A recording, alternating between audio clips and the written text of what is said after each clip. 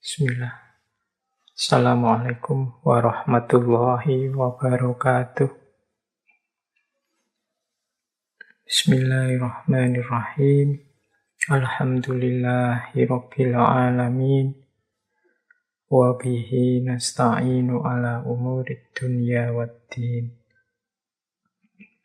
Allahumma sholli wa sallim wa barik ala habibina wa syafi'ina Sayyidina wa maulana Muhammadin wa ala alihi wa ashabihi wa man tabi'ahum bi ihsanin ila yaumiddin. Amma ba'du. Bismillah, teman-teman, mari kita lanjutkan lagi ngaji filsafat kita. Mari kita tidak berhenti istiqomah, mengulang-ulang kebaikan-kebaikan yang kita jalankan, merutinkan apa yang sudah jelas kebaikannya. Nah, kita lihat sekarang, memang kritik terhadap gagasan man is the measure of all things ini sudah banyak dilakukan. Kalau dalam filsafat ada faham namanya solipsisme. Solipsisme itu isinya sama dengan pandangannya Protagoras tadi. Bahwa pengalaman pribadi masing-masing orang itulah yang jadi landasan pengetahuan. Solipsisme itu dari kata-kata solus yang artinya sendiri dan ipse yang artinya diri. Jadi diri sendirilah dasarnya kebenaran itu. Itu namanya solipsisme. Nanti solipsisme ini ada dua. Ada solipsisme epistemologi, ada solipsisme ontologi. Kalau solipsisme epistemologi ini isinya bahwa pengetahuan atau kesadaran manusia yang dianggap benar oleh dia itu hasil pemahaman atau pencerapannya sendiri. Nah, ada solipsisme ontologis. Kalau solipsisme ontologis itu segala sesuatu yang ada itu sebenarnya ada karena kita yang menciptakannya, karena kesadaran kita. Ini namanya solipsisme ontologis atau metafisik. Ini nanti gagasan ini kalau dalam filsafat modern dipakai misalnya oleh Immanuel Kant untuk menjelaskan tata kerja epistemologi dan ontologi yang nanti dikenal dengan nama fenomenalisme. Nah, ini kajian malam hari ini banyak istilah-istilah filsafatnya ya, tidak apa-apa. Teman-teman paling tidak nambah wawasan. Fenomenalisme itu begini loh. Tak kasih ilustrasi ya. Kalau fenomenalisme itu pandangan bahwa segala sesuatu yang kita tahu itu levelnya fenomena. Fenomena itu dia ada ketika berinteraksi dengan kita sebagai manusia. Jadi, misalnya HP yang saya pegang ini, teman-teman tidak lihat ya saya pegang HP. Kalau kajian langsung ketemu di masjid, bisa sebenarnya dilihat. Nah, HP yang saya pegang ini ada karena saya pegang, saya cermati, saya pahami. Kalau tidak ada satu orang pun di dunia ini menyadari atau mengetahui adanya HP ini, maka HP itu tidak ada. Itu pandangan fenomenalisme. Jadi dalam pandangan ini adanya sesuatu itu tergantung kita manusia. Ini mirip pertanyaan begini misalnya. Sering saya contohkan begini. Candi Borobudur itu seandainya tidak ada satu orang siapapun di dunia ini tahu ada candi sebesar itu, candi itu ada atau tidak? Kita kan mesti jawab, ada lah Pak. Pasti dia tetap ada di situ. Loh, kita berani bilang ada kan karena sudah tahu kalau itu ada. Kalau misalnya memang belum ada yang tahu, sama sekali tidak ada yang tahu. Kalau saya kemudian tiba-tiba tanya atau berkata di Magelang itu ada candi besar sekali. Besarnya mungkin ngalah-ngalahi sak desa dan tinggi. Itu kan kita mesti ala Pak omong kosong. Katanya siapa sih Pak? Bapak kok mimpi? Karena kenapa teman-teman bantah nganggap nggak ada? Karena belum ada satu orang pun yang tahu. Jadi adanya sesuatu itu ternyata tergantung manusia. Yang mengadakan dalam tanda petik. Membuat dia ada, hadir. Jadi ini nanti pengembangan dari doktrin solipsisme ini. Ternyata adanya sesuatu itu tergantung manusianya. Dia ada atau tidak, diakui ada, dipahami ada atau tidak oleh manusianya. Kalau tidak ada satu pun orang mengakui keberadaannya, ya dia tidak ada. Sama seperti ilustrasi Candi Borobudur tadi, tidak ada. Nah, ini solipsisme ontologis namanya.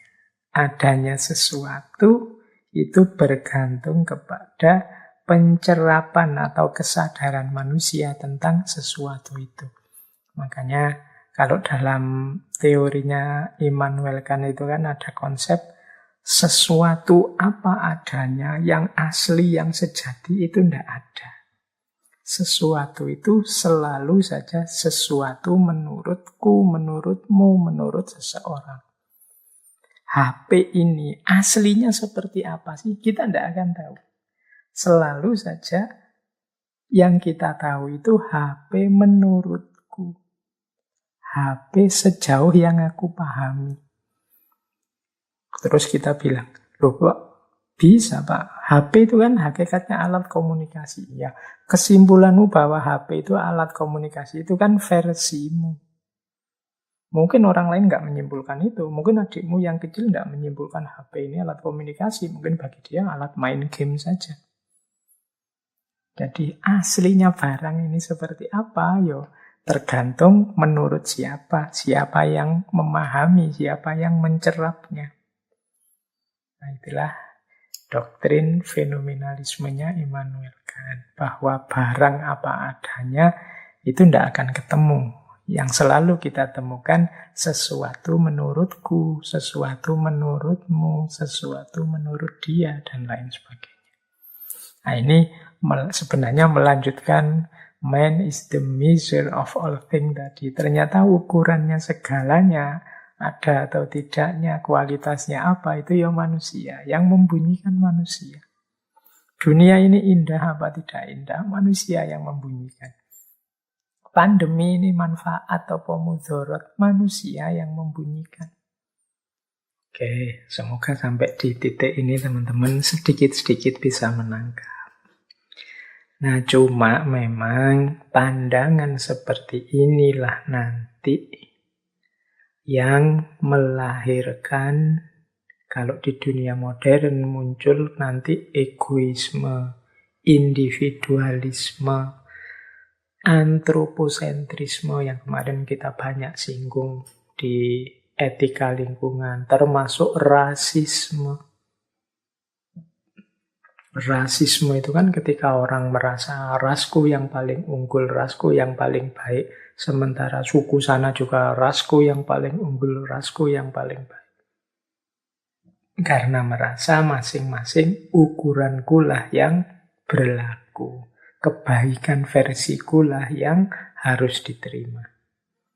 Jadi muncul egoisme, individualisme. Orang kemudian merasa aku akan selalu benar. Karena kebenaran itu versi-versi, berarti kebenaranku juga harus diterima. Dan antroposentrisme. Antroposentrisme itu berarti budaya atau peradaban yang dibangun hanya dengan mempertimbangkan aspek manusianya. Ini berawal dari man is the measure of all things. Jadi manusia adalah ukuran segala sesuatu. Ternyata ada efeknya ketika berlebihan. Makanya sering saya bilang wawasan-wawasan seperti ini itu sampai di level tertentu. Kalau memang ruang, waktu, momen, situasinya pas, benar. Tapi ketika bablas agak berlebihan, biasanya melahirkan kerusakan-kerusakan. Termasuk man is the measure of all things. Jadi yang pertama itu. Jadi kalau ada yang tanya kritiknya, dia akan melahirkan solipsisme. Solipsisme ini nanti yang menjadi akar munculnya egoisme, individualisme, rasisme, antroposentrisme, dan lain sebagainya. Terus, itu keberatan pertama. Ada keberatan kedua. Keberatan maksudnya kritik terhadap man is the measure of all of things. Yaitu peritrop dalam bahasa Yunaninya atau self-refuting. Pernyataan ini kontradiktif kalau direnungi agak panjang. Ini yang punya gagasan self-refuting ini untuk mengkritik pernyataannya Protagoras itu antara lain Demokritos, Plato, dan juga Aristoteles. Jadi apa sih self-refuting itu? Self-refuting itu maksudnya tertolak sendiri. Misalnya begini, tertolak sendiri itu misalnya pernyataan tadi, manusia adalah ukuran dari segalanya. Man is the measure of things. Ada. Berarti kalau dibuat jadi pernyataan manusia adalah ukuran segalanya, itu benar. Tapi kalau misalnya ada orang punya pernyataan berbeda, bagaimana? Misalnya saya bilang, manusia adalah bukan ukuran segalanya. Kalau ada orang ngomong seperti ini kan perspektifnya dia atau perspektif saya. Kalau saya ngomong tadi, manusia bukan ukuran segalanya. Kenapa saya ngomong begini? Pemahamanku begini. Kalau pakai teorinya Protagoras tadi, berarti kan aku punya versi kebenaran yang berbeda. Berarti kan aku harus diterima juga. Katanya kebenaran kan sesuai versinya masing-masing orang. Sesuai pencerapannya masing-masing orang. Kalau saya punya pandangan manusia bukan ukuran segalanya, kan berarti harus diterima juga.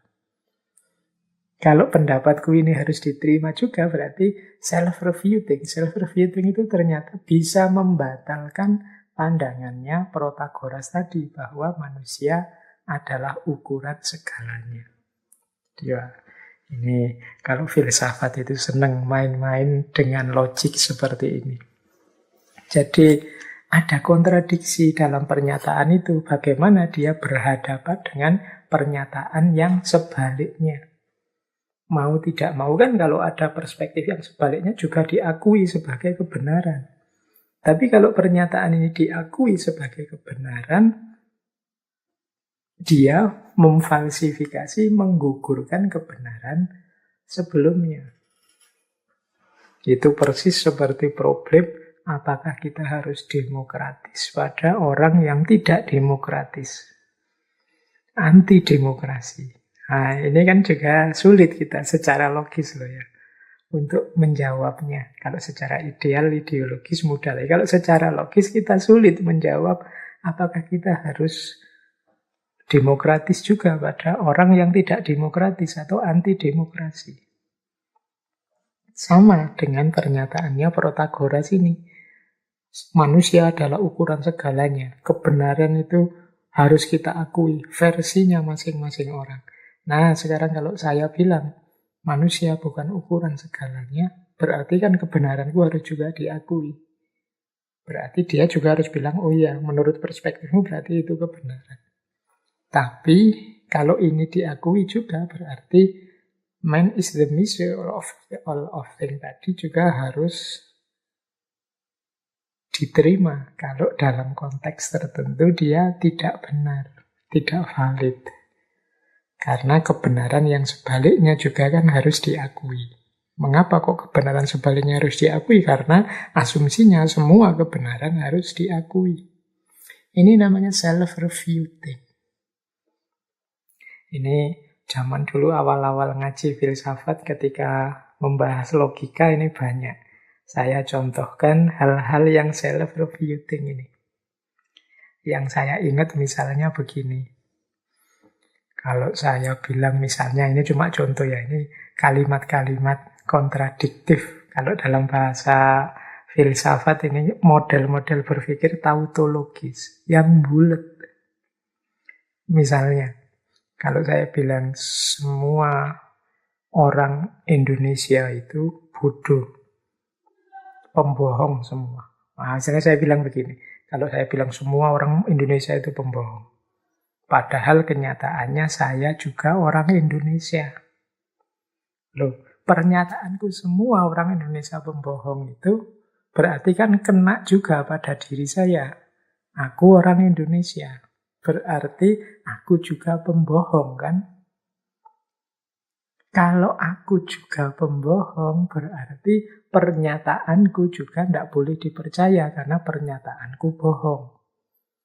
Berarti kalimatku semua orang Indonesia pembohong itu salah.